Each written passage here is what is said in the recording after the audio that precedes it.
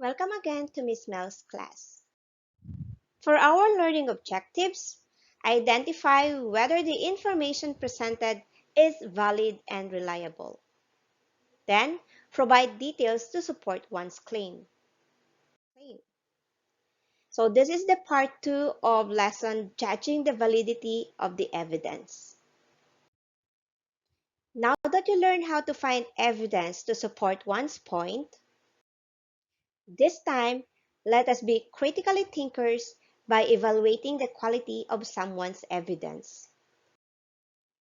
When reading or listening to others' arguments, as well as planning your own, you must determine if the evidence is credible, accurate, and reliable.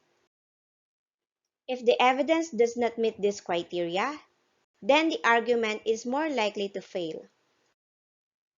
To evaluate evidence for credibility, accuracy, and reliability, consider the following questions.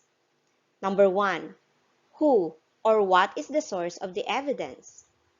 It is important to determine the credentials of the person or group responsible for the evidence, and depending on where the evidence is found. If the sources of information is a person, this person should be respected and well known in the field, and has written about other similar topics. If the information gotten from websites, look for an About Us section. Knowing this information enables you to judge the website's purpose and viewpoint. Number 2. Is the evidence found in a primary or secondary source? A primary source is an original source such as a literary work, historical document, witness of the scene, etc. Whereas a secondary source provides content that has already been interpreted and thus is a step or steps removed from the original. Depending on the focus of the argument, primary sources may be needed more so than secondary sources and vice versa. Number 3 question, how accurate and current is the evidence? Generally, you will want evidence to be as up-to-date as possible, and evidence that provides factual information that is cited so that you can track down the primary and/or secondary sources and verify it. At this juncture, let's have this learning task 3, which is which. For these directions, read the conversation between two friends. Each presents data on the active cases in Montalban, Rizal. Then answer the questions that follow. Have you heard the update of COVID-19 in Montalban? My father says that there are now about 4,000 active cases in our town. It's very alarming.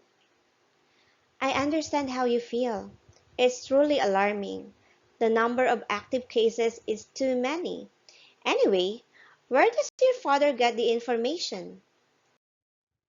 Hmm, his friend told him when they had a couple of drinks last night. I see. However, the data you told me is opposed to the information posted on the page of Barangay San Isidro, Montalban. Based on the Montalban Health Advisory as of June 5, 2021, there are 334 active cases. The total cases are 3,956. Questions to think about. Number 1. Who does between the two women provide more accurate information? Is it the first woman or the second woman? Let us see if your answer is correct.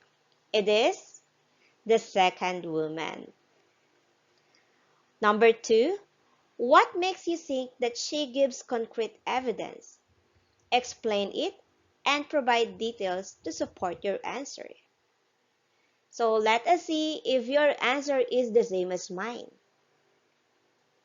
The second woman gives concrete evidence because her source of information is the official page of Barangay San Isidro, Montalban, which is more reliable than the first woman's source of information, who is her father's drinking buddy.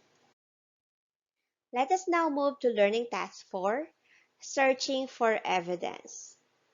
For letter A directions, you're going to work with partner, by group, or alone to search for information on the internet, TV news, newspaper, and so on that answer the point or claim wearing face mask and face shield can prevent the transmission of coronavirus and save lives.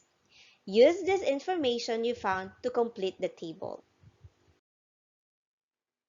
This table is divided into 5. In the first column, if you are working alone, please write only your name. But if you are working with your partner or with your group, of course you have to indicate their names as well.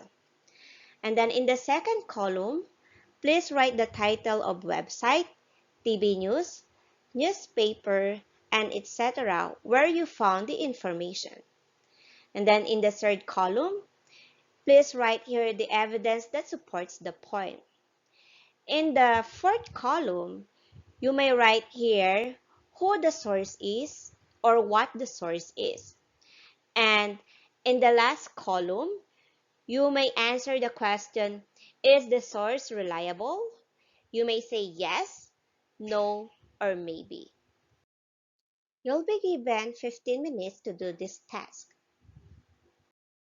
15 minutes later, now that you are done with your table, this time you have to synthesize or put together the information you write in the table. Then prove if the point is true or false using accurate and reliable information you collected.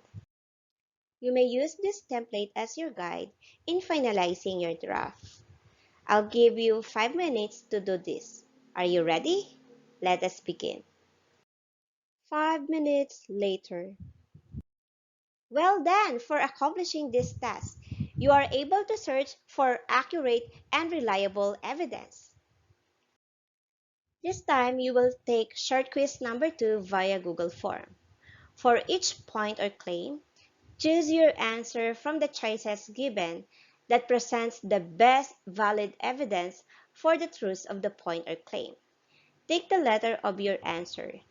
Please allow me to share this link in our chat box. I'll give you 5 minutes to take this quiz. I hope you will get a good score. Good luck! Kindly reflect on what you learned on this lesson about judging the validity of the evidence. You may complete the statement below. I realize that I need to learn more about. I still need the help of my teacher in. Let me leave this quote to you.